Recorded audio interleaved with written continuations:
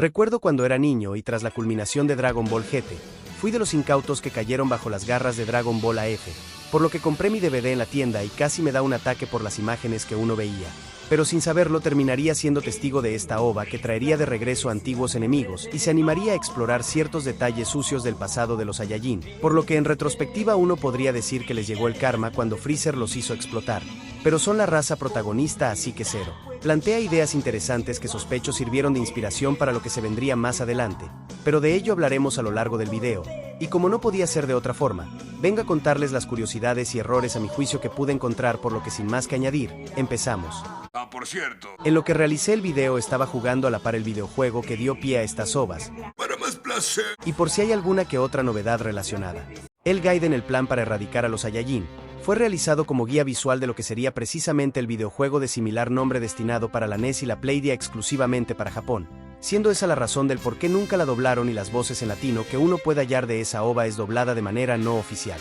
Originalmente se dividió en dos partes, siendo estrenada la primera en videocasetera, de solo verlo me siento viejo, allá por el 23 de julio de 1993, es decir 2 días después del capítulo 194 del anime, cuando Trunks había derrotado a todos los bichos de su época. Y en el manga iban en el 431, que abarca las preliminares del torneo de artes marciales. Mientras que la segunda parte se estrenaría poco más de un mes después, viendo la luz un 25 de agosto de 1993, quedando en medio el videojuego que salió al mercado el 6 de agosto de ese año, el cual trata básicamente de exploración y agarrar a golpes todo lo que se mueve mediante cartas que una vez seleccionadas, determina la acción que vas a realizar e irás rotando de personaje continuamente, dependiendo claro de la historia, por lo que si deseas jugar todo el rato con Goku, te aguantas y sigues con lo que te dan. Para quien no lo sepa, a finales del 2010 se lanzó un remake para acompañar y promocionar el videojuego Raging Blast 2 para la Play 3 y Xbox 360 en Norteamérica y Europa, F por Latam, el cual es una versión más corta ya que cuenta con 30 minutos de duración a comparación del original que abarca 1 hora juntando ambas partes y, como es de esperar, tiene ciertas diferencias que por supuesto las voy a mencionar. La apertura de este especial donde la Tierra da la vuelta y vemos la Z al final, es idéntico a lo visto en el videojuego, con la diferencia que en este último vemos los ojos de quien sería el Dr. Lichi, mientras que en la animación el tipo sale a cuerpo completo, siendo en ambos casos testigos de que se quiere vengar de los Saiyajin, aunque de momento no se sabía por qué. Sin embargo, en el remake se pasan por el arco del triunfo el misterio y de arranque nos explican la razón de todo, y es que los Saiyajin hicieron puré de Sulfurus hasta exterminarlos, basándose en el relato que contó Kaiosama a Goku en el capítulo 20, con el añadido que esa raza de científicos crearon una máquina que desarrollaría a Hachiyak, pero tomaría algo de tiempo para ello hasta que pueda vengarse de los Saiyajin. De esta forma vemos que toma el concepto inicial de Cell, el cual fue creado por una computadora y que pasaría mucho tiempo hasta desarrollarse y en teoría vengarse por lo que hizo Goku a la Patrulla Roja.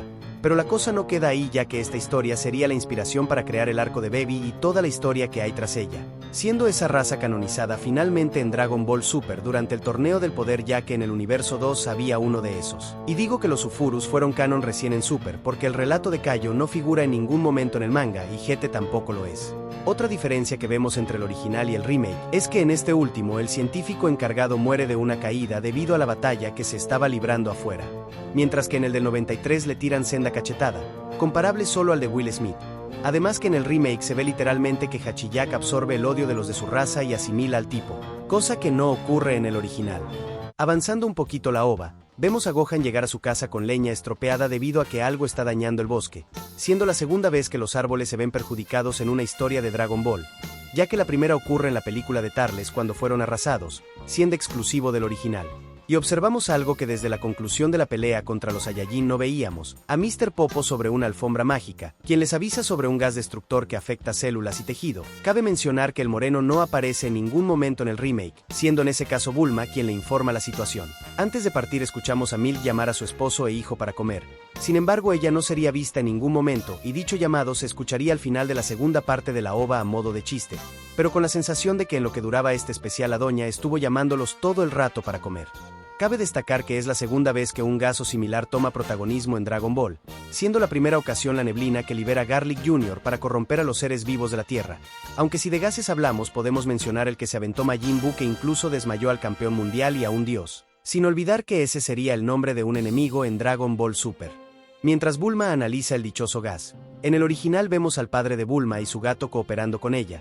Sin embargo, en el remake sería Trunks quien la acompaña dentro del laboratorio. Uno de los principales cambios entre la del 93 y la del 2010 es que en el primero deben acudir a 4 lugares del globo para destruir una máquina que bota gases en cada locación. Sin embargo, en el remake se van directo a la que se encuentra en medio de la ciudad, aunque de eso hablaremos un poco más adelante. Entre las locaciones que van a visitar los muchachos está el Gran Apolón, donde sospecho lucharon Goku y Vegeta, además que hace referencia al Gran Cañón ubicado en Colorado.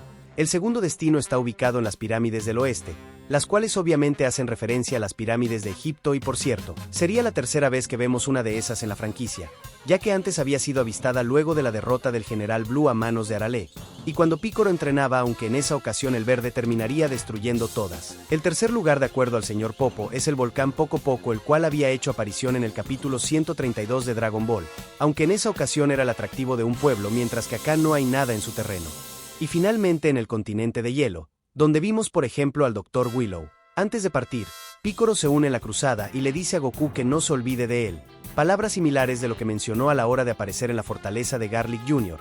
Sin embargo, en el remake el hombre estaba en la corporación Cápsula desde un inicio. Aparecen unos monstruos llamados Arby y King Karn, los mismos que aparecen en el videojuego, y vemos que por primera vez Goku y los demás no pueden utilizar sus técnicas, siendo lo más cercano a ello el Capitán Ginyu, quien no podía acceder en un principio a toda la fuerza de Goku ni usar sus técnicas. Aunque de todas formas los derrotan, pero me llama la atención que no puedan aventar energía, pero sí transformarse. Luego de ello, los guerreros Z van a diversas partes del globo, y vemos un mapa muy particular, la cual es un calco del videojuego que imagino por limitaciones de la época tuvieron que plantearlo así.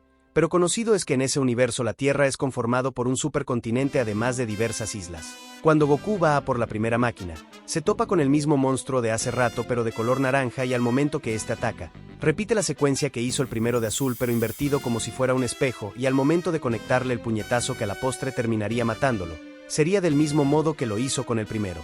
Casualmente los colores de ambas criaturas serían igual a la ropa del Saiyajin. Al momento que Gohan lucha contra ese monstruo, una secuencia también es reciclada, y es el primero en poder arrojar energía luego que su poder regresó parcialmente y que Goku destruyera la primera máquina. Sin olvidar que en el videojuego se encuentra con una chica dentro de la pirámide, quizás un guiño a Videl. En la tercera ubicación, localizada en una isla, vemos a un tipo rosado que no puede volar, pero me pregunto yo, ¿cómo le hizo para llegar hasta allá? Nadando tal vez, y también de dónde fue que sacó todas esas minas. Aunque lo realmente interesante es que Piccolo menciona no creer conocer a alguien más estúpido que Satán, a quien conoce recién durante el torneo de Cell, por lo que en teoría en esa dimensión Gohan no se confió y aniquiló al monstruo, evitando que su padre se sacrifique. Eso o que aún no ocurre esa batalla, y lo conoce gracias a los conocimientos que adquirió al asimilar a Kami-sama. Por cierto, olvidé mencionar que en la portada del videojuego aparece Gohan convertido en Super Saiyajin 2, además de Vegeta y Trunks en su fase más poderosa que un Super Saiyajin ordinario, pero en ningún momento serían vistos de esa forma tanto en la OVA como el videojuego. Quienes tampoco serían vistos eran el resto de peleadores terrestres. Sin embargo, ellos irían apareciendo a lo largo del videojuego como Yamcha en la zona que le tocaba a Goku, el maestro Rochi luego que le entreguemos una revista para adultos, Krillin y Tenchi figuran como sparring por si quieres entrenar. Al momento que los muchachos llegan al continente de hielo, la máquina restante se encuentra dentro de un muro de hielo permanente, pero me llama la atención por saber cómo le hicieron para colocar esa cosa ahí, aunque si de hielo permanente se trata. Me recuerda a la nieve del infierno en GT que supuestamente no se derrite por nada, si es que le cae a un muerto claro. Durante la pelea, vemos a Piccolo replicar el movimiento que realizó al inicio de la OVA para mandar a volar unos cuantos de esos, y por fin tanto Vegeta como Trunks se unen a la batalla, aunque en el remake ellos también formaron parte desde el inicio en la cruzada antigases, donde el príncipe reprende a su hijo por hablar de más. Similar a lo que ocurrió luego que salieron de la habitación del tiempo. Los muchachos logran destruir la última máquina, pero Dende, quien no aparece en el remake, les informa que hay otro punto al que deben visitar para acabar la amenaza, a diferencia del videojuego que la encargada es Bulma, y deben acudir a la Torre Tongari que vendría a representar la Torre de Tokio. A la hora de investigar en el remake, vemos el frame del maestro Rochi visto en el capítulo 2 de Dragon Ball Z. Sin embargo, no estaban solos, ya que en el lugar también andaban Freezer, Cooler con quien tiene su primera interacción, Tarles y Slag. Estos dos últimos serían vistos por primera vez por Vegeta y de similar forma en el caso de Trunks, al que se le añade el factor Cooler. Posiblemente la idea de traer de vuelta a los villanos que vimos en la película de Janemba, o incluso la vista en GT sea inspirada precisamente de esta OVA. Aparentemente en esta dimensión todas las películas protagonizadas por esos antagonistas llegaron a suceder, algo que no logra cuajar del todo en la línea regular. Sin embargo, a eso debemos añadirle Broly, quien es mencionado más adelante, por lo que en teoría esta ova se ubica entre la película del Saiyajin legendario y del pirata espacial. Pero dado que Goku y Kaiosama aún no son vistos con su aureola en la cabeza, es posible que ese tipo y su pandilla no escapen de su prisión. Al momento que Gohan hace el recuento de cómo fueron derrotados los enemigos de los que se encargó su papá, vemos a Cooler en su cuarta forma recibir el Kamehameha, pero esto no concuerda del todo con la película, ya que si bien sería derrotado mediante esa técnica, la recibiría en su quinta forma con una supernova encima, y no sería hasta llegar al sol que lo vemos con esa apariencia ser derrotado. Los emparejamientos se dan y a Vegeta no le tocaría ningún enemigo, porque pues técnicamente no había. Garlic estaba confinado, Willow era prácticamente una máquina y el androide 13 más de lo mismo, quedando únicamente Broly, pero acertadamente decidieron no utilizarlo ya que no estaba muerto sino de parranda y aparecerá en el siguiente video. Eso lo que respecta a las películas, ya que bien pudieron traer a personajes como Nappa o Kiwi que le tenían bronca al príncipe, pero sería casi caer en lo mismo que Tarles. Aunque otra opción era Cell, pero no se sabe a ciencia cierta si a estas alturas ya lo habían derrotado o si tan siquiera existe en esta línea de tiempo. Cada vez que los muchachos aparentemente derrotan a sus enemigos, estos vuelven con más poder, lo cual se debe a que emula la habilidad de obtener Zenkais de los Saiyajin y que técnicamente facilitó con el tiempo el fortalecimiento de esos muchachotes. Vaya, entonces así se siente. Eso sí, la derrota de los villanos en el original para mí carece de todo sentido, ya que tras el aviso que les da Kaiosama de que son guerreros fantasmas, Goku les cuenta el secreto a sus compañeros y ahora sí sus técnicas son efectivas, pero obviamente no son los guerreros reales, por lo que me llama la atención dos cosas. La primera es que el silbido de Gohan vuelva a afectar a Slag cuando se supone no es un Namekiano real, y segundo el por qué dicho silbido no afectó a Piccolo. En el remake llegan a ser acorralados y cuando los iban a liquidar, vemos a Freezer junto a Tarles apuntándolos, de modo que recuerda un tanto al tirano junto a Cell hacer algo similar contra Goku en el infierno de GT. Pero acá es Bulma quien los ayuda al lugar de Kaio e interrumpe la producción de gas, derrotándolos finalmente e interviniendo esta vez Vegeta y omitiendo el silbido de Gohan, despejando así el área, pero el resto del planeta sigue en las mismas y vemos que el rencor por así decir regresa a sus esferas. Sin embargo en el original no ocurre nada de eso. Dado que los guerreros fantasmas fueron obra de Hachiyak, en teoría vendrían a ser el prototipo de lo que más tarde serían las máquinas mutantes que fueron creadas por Baby para facilitar su desarrollo. Kaiosama les cuenta el contexto que les comenté hace rato, diferenciándose del relato que narró el dios al inicio de Dragon Ball Z, donde vemos a ambas razas coexistiendo desde el inicio. Acá vemos que llegaron de un lugar desconocido y bajo el liderazgo del rey Vegeta, al igual que en la historia de Baby, exterminarían a toda una raza. Obviamente eso entra en conflicto con el canon actual, pero al ser una historia alternativa resulta interesante. Kaiosama les indica además que deben ir al planeta oscuro que está al final del universo para ponerle fin a esa cochina máquina, forzando a los muchachos a viajar en una nave. Sin embargo, ese detalle sería corregido en el remake, ya que el dichoso planeta oscuro sería avistado a un costado de la Tierra, como si fuera un satélite. En el original vemos que durante su viaje se ven envueltos en una tormenta antes de llegar a su destino, similar a la primera vez que Goku fue al templo sagrado, pero dada la imposibilidad de atravesar dicho campo eléctrico, la OVA nos comenta que Kaiosama simplemente los ayudó como por acto de magia. ¿Qué escritores tan flojos? Sin embargo, en el juego se explica lo que ocurrió, siendo lo primero ir a un planeta llamado Kun, donde verían a un profeta el cual les indica que necesitan dos objetos para calmar la tormenta. El primero es un anillo y el segundo la lágrima del dios del mar. Además que en pleno viaje vemos que la parte superior del turbante de Piccolo no está coloreado, dando la sensación de que tiene un hueco. Una vez llegan allá, se enfrentan a un guardia metálico que recuerda en menor medida al robot pirata de Dragon Ball a quien Goku destroza de un puñetazo fulminante, como cuando el tipo era niño. Luego de ello toca enfrentar al Dr. Lichi, y entre otras cosas Vegeta le replica que los suyos trataron a los Saiyajin como esclavos, tal cual sería su argumento al ser confrontado por Baby, siendo el diseño del Doctor inspirado en Maki Hero y en teoría sería el prototipo del Dr. Mew. La pelea se desata y el Dr. Lichi se refugia en un campo de energía, de similar forma a lo que recurriría Babidi antes que Piccolo lo parta en dos, pero, como sucedió con el reptil, eso no aguanta todo el daño y se termina destruyendo para ser rematado por Vegeta, siendo técnicamente el segundo villano principal que sería tomado por el tipo, ya que el primero sería el chip de la estrella Vigor, que trajo de vuelta a Cooler en su versión metálica.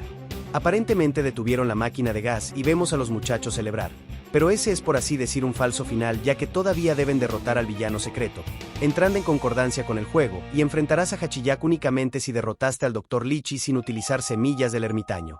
De acuerdo a Goku, es posible que el poder de este tipo sea mayor al de Broly y si ese es el caso, tranquilamente es más poderoso que Cell. Sin embargo, este nuevo enemigo no sería derrotado mediante el Super Saiyajin 2, pero eso lo veremos en un momento. En medio de la pelea vemos a Goku aplicarle senda patada a la altura del cuello al rojito. Sin embargo, este ni se inmuta, tal cual ocurrió con Super Vegeta al enfrentarse a Cell, y evidentemente no podía faltar el momento en que Piccolo salva a su hijo no reconocido, y en consecuencia lo atacan a toda potencia, terminando casi como la ocasión en que lo salvó del ataque de Nappa. Los muchachos son apaleados y Piccolo le da una semilla a Gohan para que se recupere y se rehúsa a consumir una con tal de que los Saiyajin recobren su energía.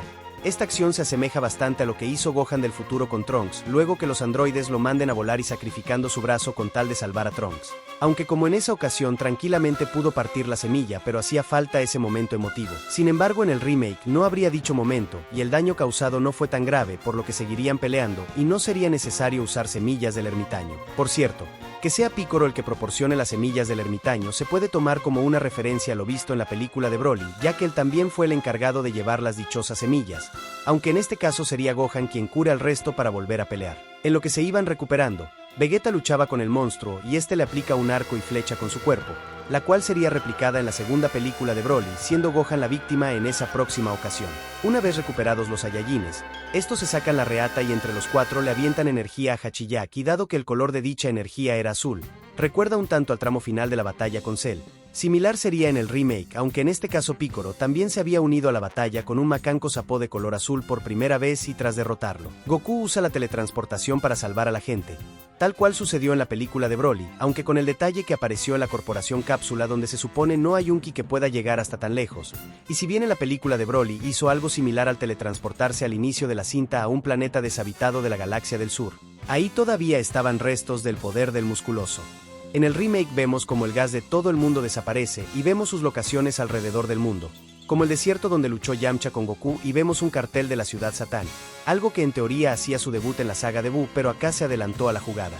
También vemos que hubo una máquina en la aldea de Zuno, la niña que adoptó al androide 8 y al momento que regresan los muchachos, vemos a la mamá de Bulma junto a su esposo y el Michi hacer acto de presencia, algo que no ocurre en el original, cerrando la historia con Milk llamando a Goku y Gohan a comer, aunque el primer llamado no ocurre en ningún momento.